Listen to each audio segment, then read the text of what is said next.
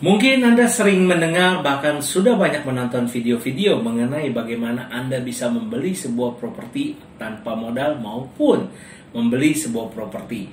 Nah, tetapi banyak sekali orang di luar sana yang sebenarnya bingung, kita ini sebenarnya lagi ada di tahap mana ketika ingin membeli sebuah properti kos. Di video kali ini saya akan membahas bagaimana proses transaksi jual beli properti kos yang mungkin akan Anda lalui ketika Anda ingin mengakuisisi sebuah properti kos.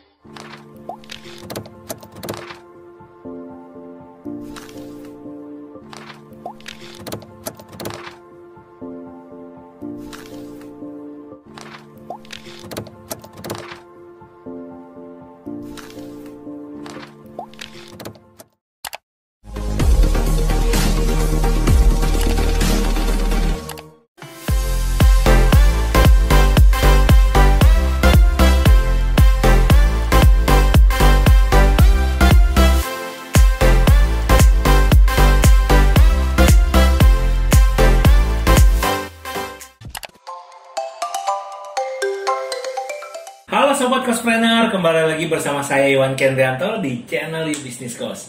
Buat Sobat Kospreneur yang baru saja menonton video kami, jangan lupa untuk subscribe video ini dan tonton video-video lainnya yang ada di channel ini.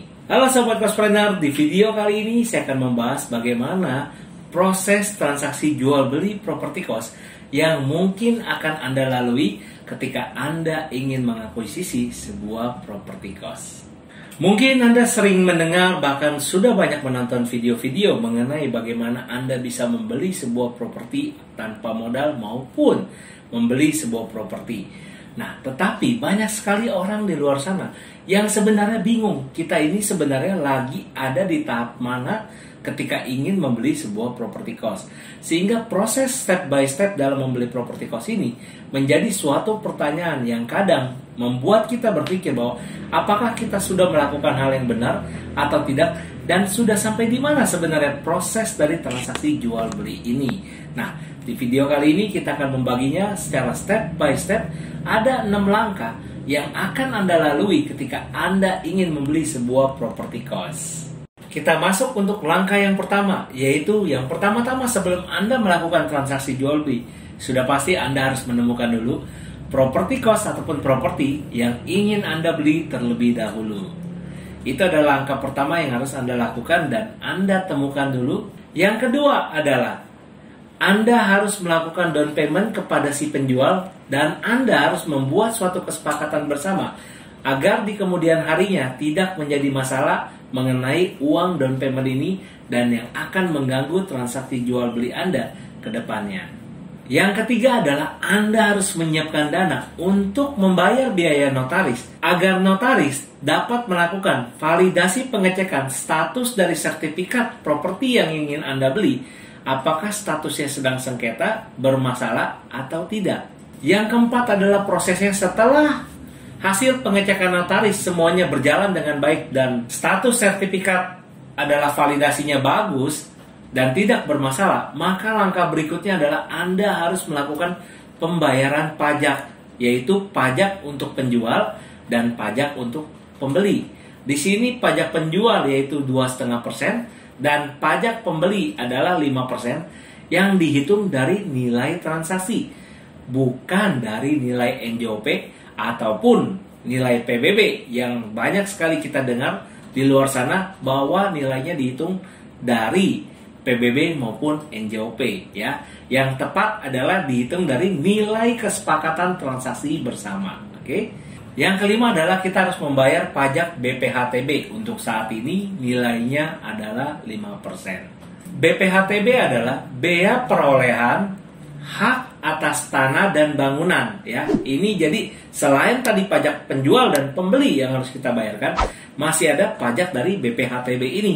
Kalau kita nggak bayar ini, maka kepemilikan sertifikatnya nggak bisa kita balik jadi nama kita. Oke? Nah, yang terakhir adalah setelah melakukan pengecekan, sertifikatnya sudah baik dan benar, tidak bermasalah, lalu Anda juga sudah tervalidasi bahwa pajak Anda sudah selesai Anda bayarkan, maka langkah berikutnya adalah Anda melakukan akad pelunasan ataupun akad kredit kepada si penjual.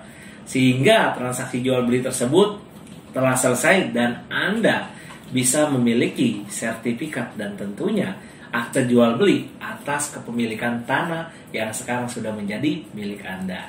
Nah, jadi buat sobat Cospreneur di luar sana yang bingung mungkin saat ini sebenarnya, aduh kenapa ya saya kok sudah melakukan pengajuan nih baik untuk kredit maupun Anda ingin melakukan pembelian tunai. Kenapa ya kok transaksinya kayaknya lama ya, kok saya sepertinya batal. Nah, mungkin bisa dicek kembali status dari ke-6 langkah tersebut, kira-kira sobat Cospreneur sedang ada di langkah yang keberapa.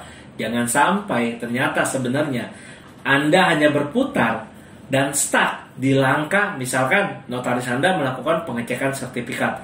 Ternyata sudah berbulan-bulan hasil tersebut tidak selesai dan tidak bisa mendapatkan suatu kepastian. Nah, saran saya mungkin Anda harus melakukan follow up ataupun konfirmasi kepada pihak notaris apakah ada permasalahan dari sertifikat tersebut sehingga tidak bisa mendapatkan suatu validasi status dari kepemilikan sertifikat tersebut, apakah memang benar milik penjual atau bisa jadi itu bukan milik penjual yang menjual kepada Anda tetapi orang lain.